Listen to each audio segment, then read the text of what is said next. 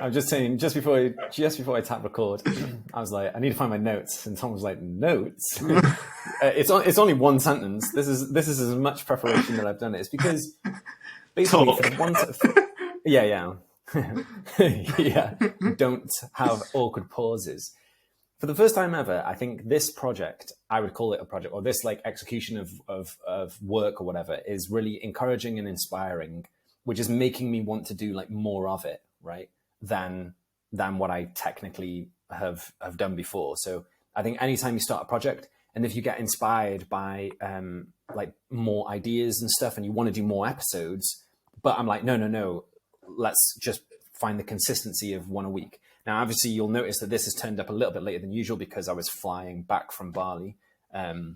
Just like 24 hours of traveling, I think, all in all, because there was some delays. But my sentence that I wanted to start with is, I think I saw this on Twitter, or I think Kemma saw it on Twitter or something like that. Don't be afraid to be seen trying. So don't be afraid to be seen trying. Now, this is that. Tom and I are trying. Whether or not we're succeeding or failing, vote down below. But we're trying to put a podcast together.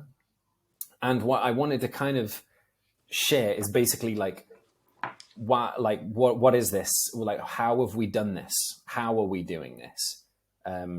So maybe, Tom, you can tell people like, what's our setup? Like, how are we doing this? How could someone else do exactly what we're doing? What do you need to know to start a podcast? Because literally there's nothing to it, right? Really? No, not really. So what's our setup? Our setup is using Riverside. I don't know why I'm explaining it because I didn't do any research on this. Well, it's a test to know, right? We're doing Riverside. So what we've used in the past, I know Dan's using at the moment, is a laptop, but you can get iOS or Android devices. So I'm trialing the iPad right now device, as you can see, because it'll hopefully follow me with center stage a little bit more than normal. Interestingly, it does a little bit when you move to that side, but not when you move to the other side. So when you move that way, it does follow you, but it doesn't follow you when you move. Oh, now it kind of does, but it doesn't get you in the center in the same way. It's because the camera. You can only move to your left. The camera's on this side, so. All right, you can only like pivot off to the left, basically. But also, it's all in the small visual. You'll actually disappear and come back in. So for those people listening, Tom is moving his head left and right out of the shot and back into the shot, hoping that the camera will kind of auto-center him, which is not actually quite getting it quick enough. Yeah. Because it's like a cut-off. It's kind of like a crop. Like a box, isn't it? Probably more than a shape that it is. But yeah, so basically, yeah. So right now we're using. Yeah. What about mics and stuff? So right now I'm just using iPhone headphones because I find that iPhone headphones work well. The microphone on an iPhone headphone would be fine, but I've bought, and this is only like, you don't need to buy any of this stuff. You could literally install the app or have it in a browser. So yes, of course, you need an internet connection and a laptop or a computer that has a webcam. And then I have bought, I think this was 70 quid. Was this 70 quid or 90 quid? And this is a microphone. It's the mic, this Shure SM7, I think it is, or something like that. You can buy it from Thomann, THOMANN.de. And it's straight micro USB to USB-C, because I happen to have a USB-C Mac on it. And there's no audio interface, which is great. So I'm like, you can have such a minimal setup, right? And it works quite well. Yeah, because today I don't have any headphones or mic, but usually I am using AirPod Pros for my ears, and then like a lapel mic or whatever, which is literally plugged in via a 3.5mm jack, or with an adapter to plug into the laptop or phone, depending on what I'm using, and that is like £15 cheapness off Amazon. But right now I'm using nothing, so all you need is a half decent room, save it not echoing too much. Yeah, and even content-wise, right? So content wise of starting something, as you saw at the very beginning of all this setup, Tom and I were like, hey, let's just record us chatting. And as you've seen over the past like 5 episodes, sometimes it's us just sharing stories, sometimes it's more interviewee. And I think for me, I've tried to find some sort of content creation process that's like really easy to manage. So the way you do that is rather than like create something, you document something. And interview styles are really, really good, right? Because you can go backwards and forwards. So even if you don't want to do a solo piece, you can interview people. And I have tried interviewing people, but even the logistics of trying to arrange to interview people is long and hard. So the best thing is like Tom and I work together. Like basically you and I are in the best situation to just record it because you're flexible and I'm flexible. So it's like, if anybody out there is like wanting to do something like this, there's nothing much, there isn't any like special recipe. There isn't, you know, it's just about like doing it, right? And not being afraid to be seen doing this stuff. And I think one thing for me is trying to find the consistency. I know we've missed our Tuesday, but we record it on a Tuesday and develop, and release it on a Wednesday morning. And I'm literally just trying to focus on consistency, and the quality over time, as in like, we'll get better. We will be more interesting. Hopefully we'll be funnier. We'll be better looking, you know, over time things improve. Hopefully all of those deteriorate. That's my hope. Well, hopefully there'll be some AI camera that like slowly starts skin smoothing, so you don't see any like extra wrinkles. Talking about AI stuff, I was watching a program on.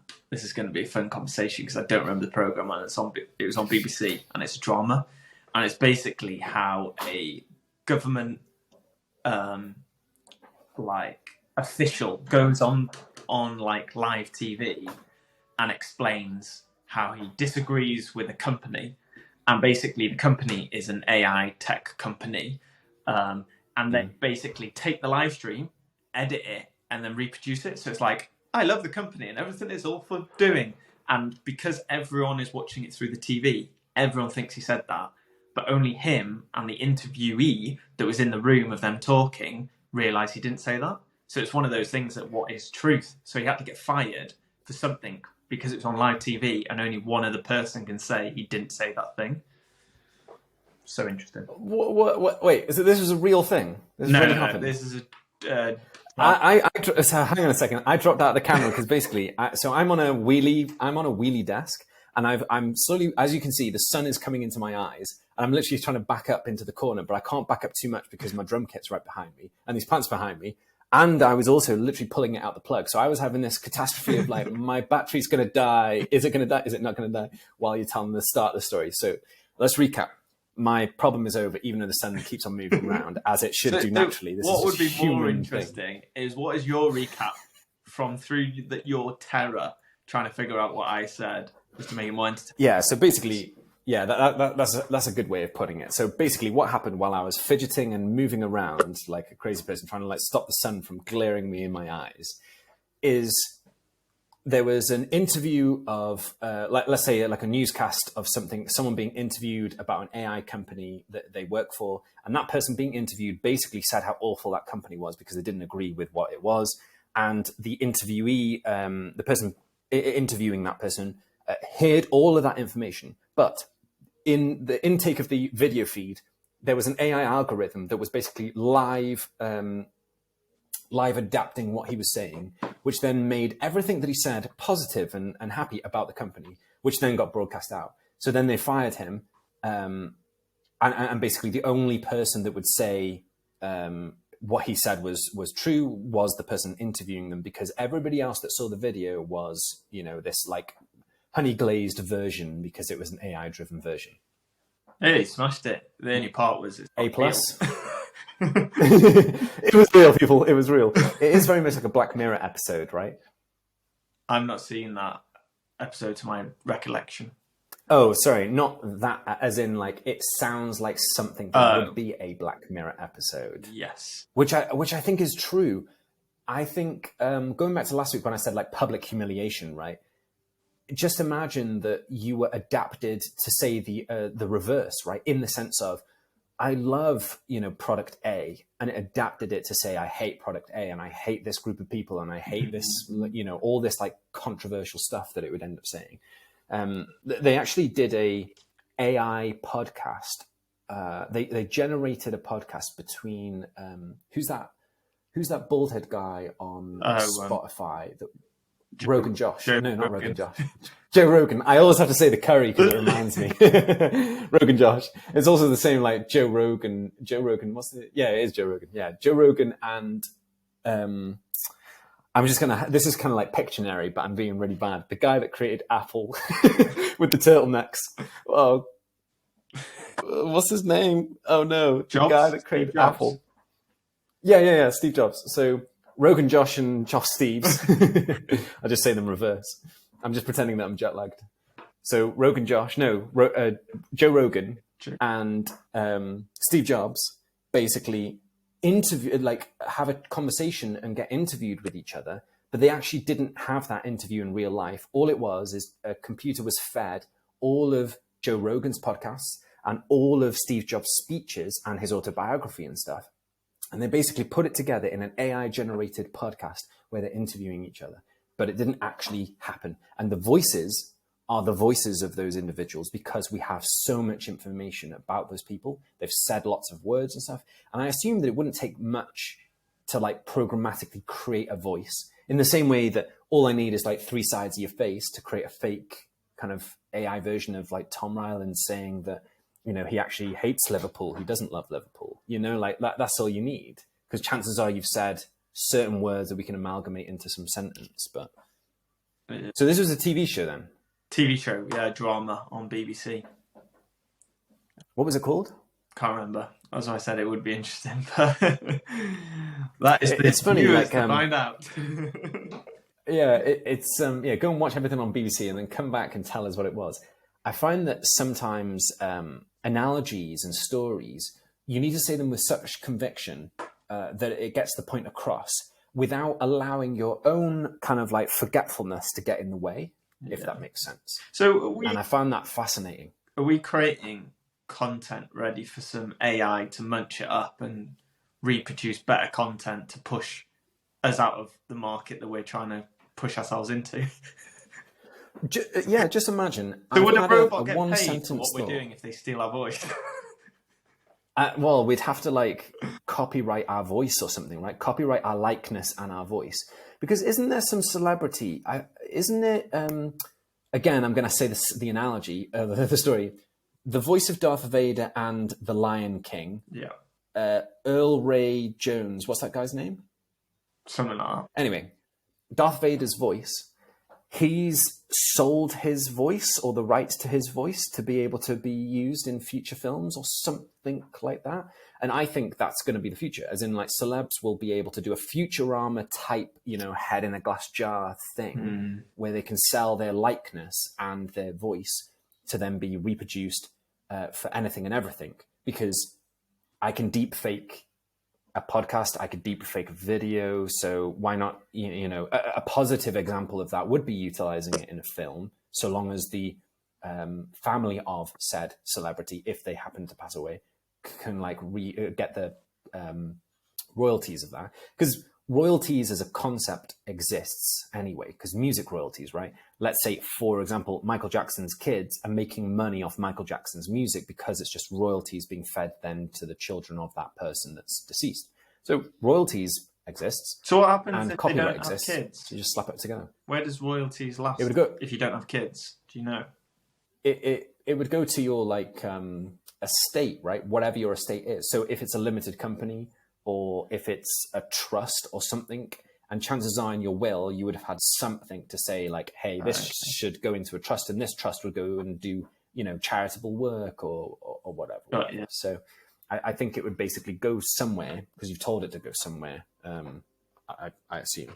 So interesting. But what we would end up doing is we'd end up writing a sentence to say, literally, if I wrote the sentence, "Don't be afraid to be seen trying," then it would generate a 30-minute chat of me and you sharing stories and analogies of like what that means.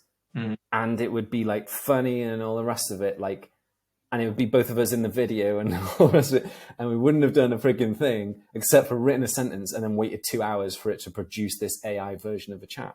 So I think from a creation perspective, it means like you have no excuse, because an AI could even do the video or do the recording of you, so long as you fed it enough ideas. In the same way, that's why I want to start like so does that comic books and stuff. Does that help creation or not? Because if you're outsourcing, I guess, writing a script, if someone prefers to have a script when they do podcasts and actually doing the podcast, you're sort of pulling away from jobs. So what would be the point of humanity? 100%, right? I think that happens with every like generational like shift or a culture shift of some sorts, because you've had the kind of the like broadly speaking, you've had many shifts over time, and there's always this displacement of people where they have to retrain. For example, like when we first started using machinery, there would have been a shift of like, okay, let's take mining, for example. That person down in the mine doesn't have to be, with his pickaxe picking up the rock face to get out some coal, because now we have a machine. So that person either needs to be retrained as a mechanic, a machine operator, or needs to potentially shift into a different role, which is like creating the machinery that then, drills in. But think of that, that's like one example of one person. Think of that as like a global scale. I think artists or creatives are being come after, writers and copywriters are being come after through all these mechanisms. And I think you just have to be, you have to just still nourish some sort of like innovation, right? So if these tools exist, how can you utilize these tools? Like even coders, code is a pattern. It's a something that can be described. So even coders are being like kind of deduped out of a system. And really what I think is things are in one thread. Like computers are very good, but computers are getting better at joining two things together, right? It's getting better to do multiple things, but broadly speaking, it's very good at one thing. So if you can come up with something that kind of combines a few technologies or a few ideas, that's harder for a computer to do just off the bat. But it's getting better. It's getting better at it. So I would say like comic books or the creation of a story or the creation of a film, all of that stuff is going to disappear. So all you need to do is you still need to come up with a starting point. So your starting point of come up with that sentence that describes the film you want the computer to create, like that starting point still needs to happen from a human, basically. Yeah, that makes sense. Very interesting. So what was your sentence of your notes? I've already forgotten. Don't be afraid to be seen trying. I think a lot of the time people don't try stuff, or I'll say it from my perspective. Sometimes, or back in the day, I wouldn't try something because the initial thought is, what if I fail and other people see me fail? Therefore, you do not try it. Or there's a reluctancy to try it. For example, starting a business. Why would you start a business if there's this like fear of if I fail, or if the business doesn't go for 5 years, or if it doesn't go for 10 years, or if it doesn't go beyond my years, then I'll be seen as a failure and people will think that I failed. So I think there is a fear of opinions of others, which then stops you from doing it. Yeah, it is interesting because I spotted that Slack, messaging service, work messaging service, had a update recently, and in the update it basically said just a couple of tweaks, but also it's good to look back at the past or something. Slack actually used to be a games company or something random. Obviously, I don't know how true or untrue that is, but let's say it was true. Would they be classed as a failure now because they adapted to whatever worked for either the market or them, and they're working? But if the point was, if the emphasis was a gaming company, then they failed. If the emphasis was just making their company or making money, and they started at gaming, then they succeeded. Which I find like pivoting or moving with the times or like innovating are all good characteristics to do. And I agree, you need to recognize that the goalposts are probably going to move, and that's okay, and not be held down by the definition of what you started with. For example, if you started a business, let's say, take us, right? Let's say day one, we start a business building websites. Now, if in year two, something changes and actually we're not just building websites, we're now building products, like our own products, then that's great, because it's like you want to keep moving the goalposts and enhancing, because I think in trying stuff, you realize what you like, what you don't like, and it's okay to change. Like for me, I thought when I started a business, for some reason, I always wanted to have an agency. I never knew how big that agency would be. Mm-hmm. But then when I've done it, I've realized actually to have a big agency, it's not, for me, I'm not that bothered about the big agency stuff. I want like, it's more so about the impact of the agency or something. So it's not a 30-person agency. And I know some people would say, oh, the impact of the agency is going to grow larger with 30 people. But actually, it's not necessarily, as in the profits when you're small are higher, therefore you can utilize more of those. Then when you grow larger, your profits decrease. And then at some point, there's a break again where it comes back up for the volume of it. So there is some level of that. And for me right now, smaller, more manageable, the whole like micro startup stuff of micro products and not having a big team and all that stuff feels better to me, because sometimes you build something big and then it collapses and it doesn't make sense. Because I always think back to Arcadia, right? The people that owned Top Man and all that stuff, that was massive and it folded. And I wonder whether or not, if it was slightly smaller, would it have kept going? Mm-hmm. I don't know, but sometimes building things in a large way isn't always, it's guaranteed going to last longer. But of course, we do need to create certain companies that hire 500 people, for example, right? Because otherwise, what are those people going to do? And in my case, I'd be like, well, maybe we just have 500 companies and all those 500 people do interesting things that they want to do, rather than saying one company and hire 500 people and hope that company never goes bust. But yeah, that's just my personal thing. We need a balance of both.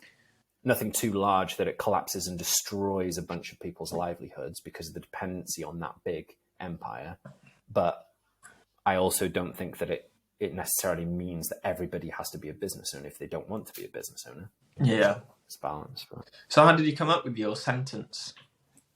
When did that pop in your brain? I think, like I said, I think I've been encouraged by the fact that, hey, we're just going to plod along and do these episodes and just share stuff that is on our mind. And I think it comes back to, I want to like visualize more and like imagine more, like try and imagine stuff and visualize visually in your brain, like scenarios and like visualize yourself doing a talk at that event or what, like try and do that stuff to kind of like stop thinking in reality of like what you see, like try and go into a space of like things that haven't happened yet. Like, if you don't have that nice car yet, like think about, doing a test drive in that nice car, or, it doesn't even need to necessarily be a materialistic thing. It might be, think about that person that you're speaking to that you'd like to speak to, or I don't know. It's just like blue sky thinking.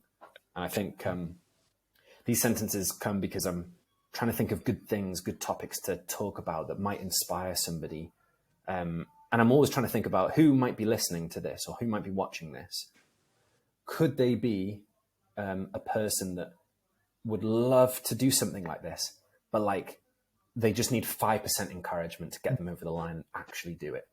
And that 5% that they're lacking might be just because they think that this is like way more complex than actually what it actually is. They might think that we've got this massive team of people. They might think that, we're using this paid application, or, like, oh, the mics are £100, don't have any of that stuff.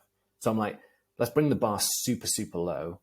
And I think to add to that, and encourage people to that, which I forgot to add earlier, is we're not even doing everything that we probably want to do.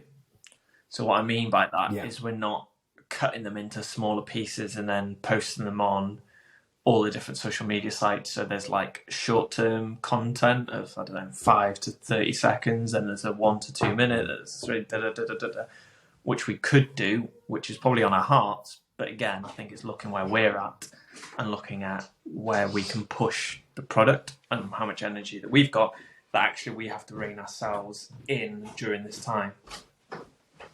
It's the sustainability of any project that you do, right? I think the sustainable form of this is, I know I can commit to chatting to you for 30 minutes a week. And that's a pretty decent commitment. If I can do that for a year, you'll have this bank, this library of like quotable stuff, this library of like funny stuff, this library of like deep stuff, this like library of stuff that over time people will be like looking back and be like, oh, it's really interesting how they thought this then. And then it changed to be this, 30 episodes later or anything like that. And yeah, I think it's all about, play like doing less rather than doing more. You're right. Someone would advise us right now that we should be chopping this into 50 different things. Like every sentence that we do should be chopped into 50 segments and posted on TikTok, YouTube Shorts, Instagram Reels, so the podcast can grow. And I'm like, yeah, or we could just enjoy doing it and not. And if people find it, great. If people don't find it, that's fine. Because really, the reason why I'm doing this, and it'd be cool to know the reason why you're doing this, and hopefully not because I force you to do it, but the reason why I'm doing this is because I want some sort of small, consistent output that's really easy to do, that also kind of like gets out some of these things that I've learned, to like be able to share it with other people, so other people can benefit the fact that I've spent hours reading this thing, and then now I can just say it in 2 sentences. Why should I force that other person to read it, do those 2 hours or whatever? Of course they can, but if I can give you just a head start, here it is. And there's a bunch of stuff that I don't know as well, right? Yeah. But yeah. Why would you say that? Well, what's the main thing for you of doing this? I don't know. Nothing at all. I think it's just an opportunity just to do something different with you, because I know it's good fun doing design work or chatting to other people, and this was just an opportunity that opened up, that I know that my brain can overthink things of how do we make it super promoted, or how do my marketing brain, and I think it's going into it going, this door's open, but I'm not going to sprint as quick as I can. I'm just going to walk slowly and just see what happens. Because at the end of the day, perfection is the enemy, right? Yeah. Perfection is the enemy of progress. And I think both you and I have aspects of perfectionism, and it's really hard to fight against it. But you fight against it by basically focusing on like, well, I don't care about quality. I care about the fact that I'm doing it consistently every week. Like you focus on like a different skill. If there's like, you're trying to build up your skills, you focus on skill number 2 rather than skill number 1, which is perfectionism, because it doesn't like increase your output. Yeah. Really. And I think it's when doors open of opportunity for you to do something different, you tend to explore your expertise. So it's make us come across this app and how that's designed, how that looks, how that feels. Obviously, it makes you look into the camera, front facing or back facing, if it's an iPad, or front facing with laptops, or the sound quality. So it makes you dive into areas that either you've dabbled in the past or you're not doing anything at the moment about it, that's exploring how do you record something, how do you make it sound good, what off-putting or what isn't. So it sort of makes you think about different realms, I guess, and different sectors. I've also thought about, I've only just started to think about the people that, like you guys that are listening and watching. I've started to think about who you are. We're not tracking you or watching you. Like, who's that? Like those 2 views, that 5 views, those 7 views, like who are those people? And how do we communicate in the best way to make them feel like from whatever level they do feel to like 1 notch, 2 notch, 3 notches higher than whatever level that they're feeling at.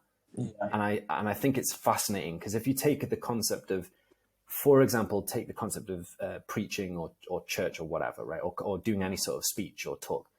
You're wanting to enact some sort of behavioral change, which could be increasing motivation or increasing optimism or whatever you want to like, or to use less plastic or whatever that action, whether or not it's like a doing thing or an emotional thing.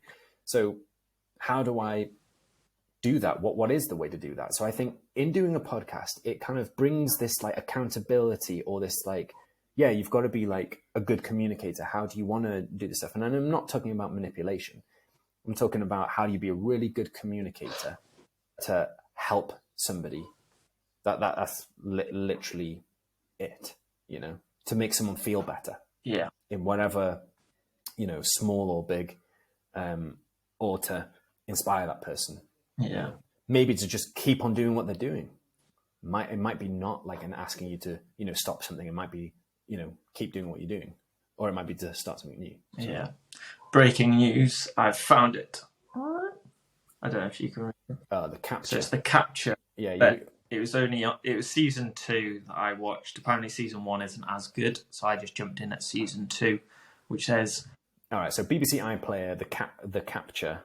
Series 2, season 2. And then there's only 6 episodes, which we watched 4.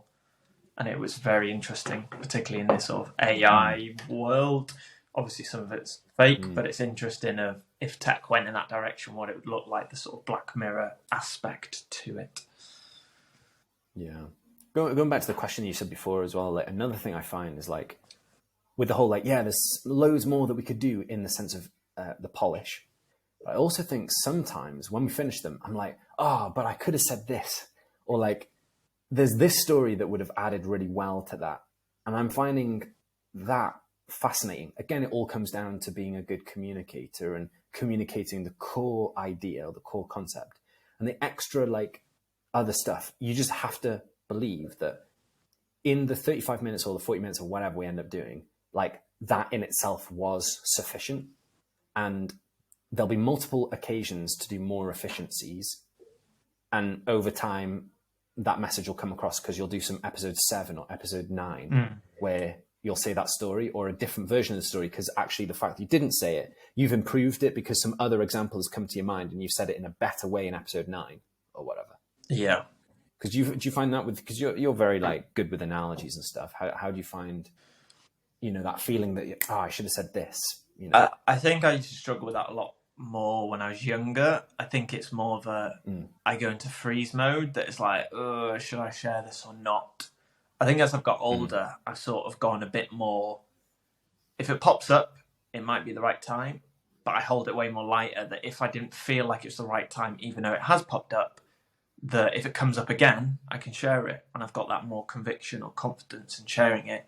But if it never comes up again, I've got a choice to force it into a conversation or just to let it fall to the floor, and then it might get picked up in 10, 20 years' time, or maybe a different person or different topic that I talk on. So I try and hold things like a baton to some extent, that you might pass it on to other people, but you might equally drop.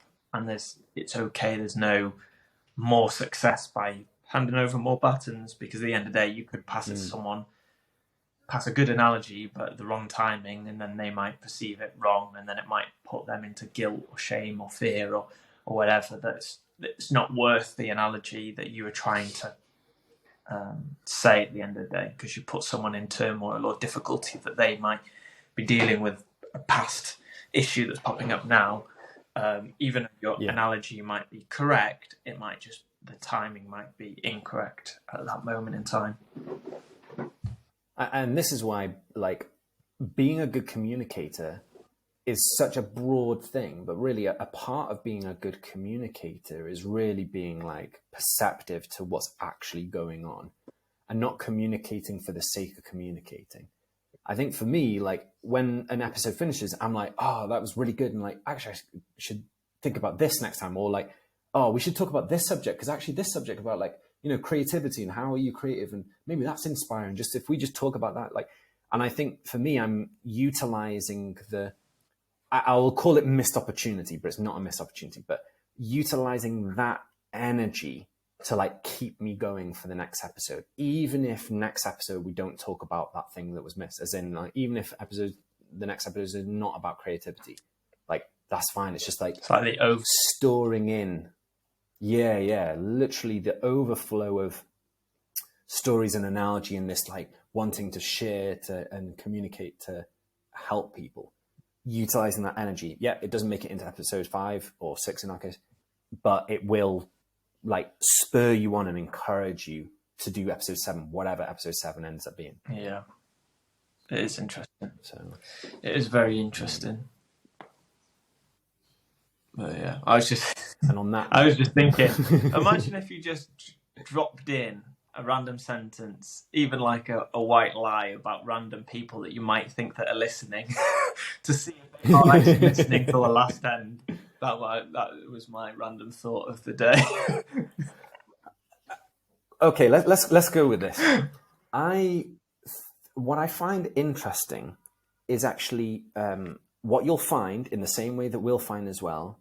You won't necessarily get public recognition for what you do, but privately, someone might mention something because they have been watching, in the sense of like, for example, a real life example of that is you'll do a bunch of videos, a bunch of social videos. No one will comment on it, but that one time you meet up with that friend, they'll say, "Oh, I really like the fact when you said that thing about, the hammer with the doorstop thing. That was really funny."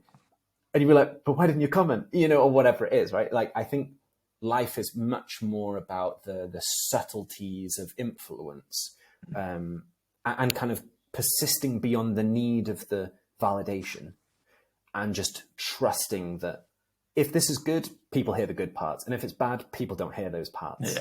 Yeah. And they'll come back at some other point.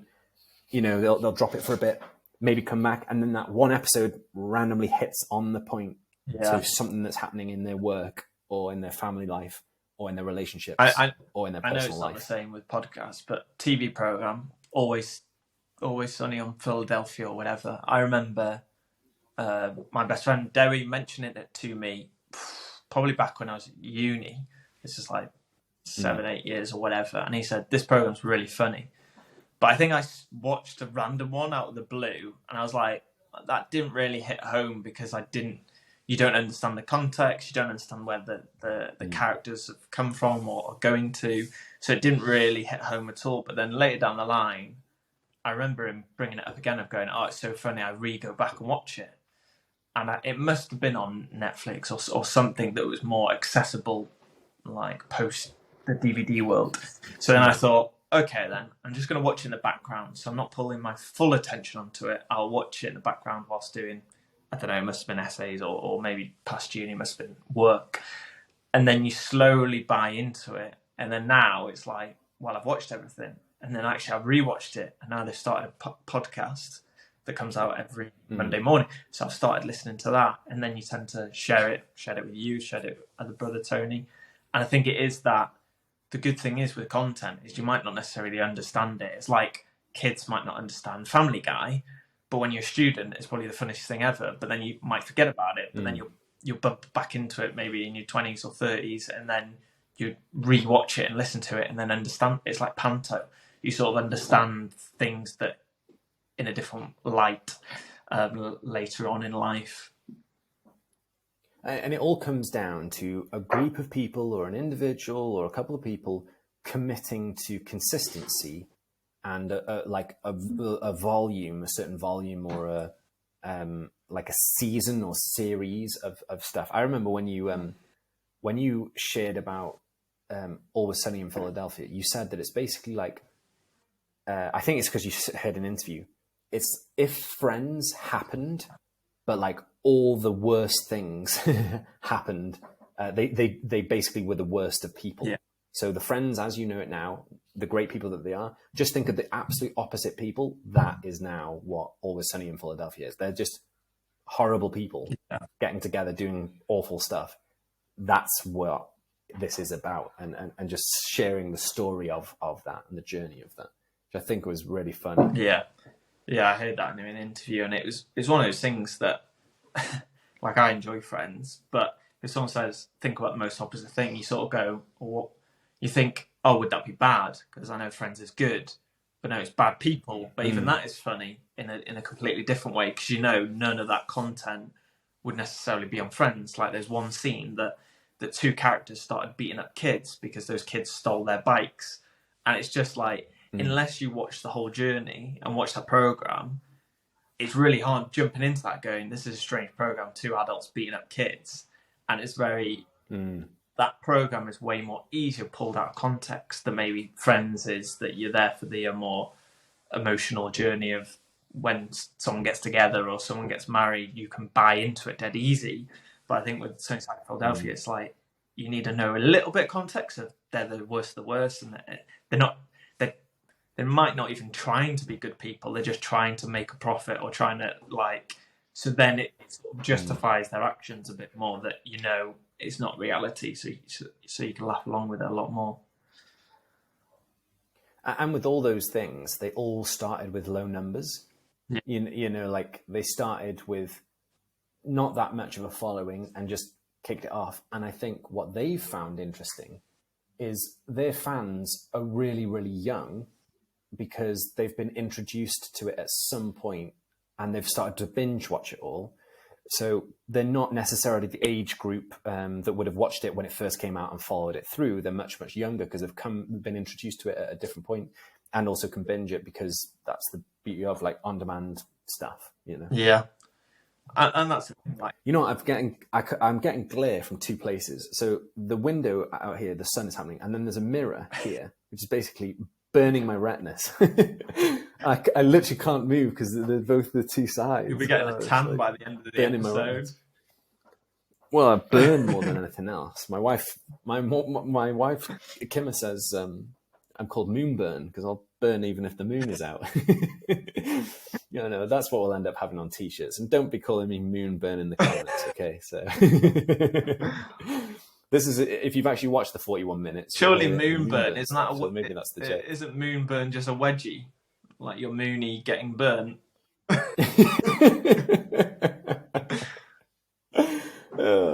No, we should end on that. It's, well, yeah.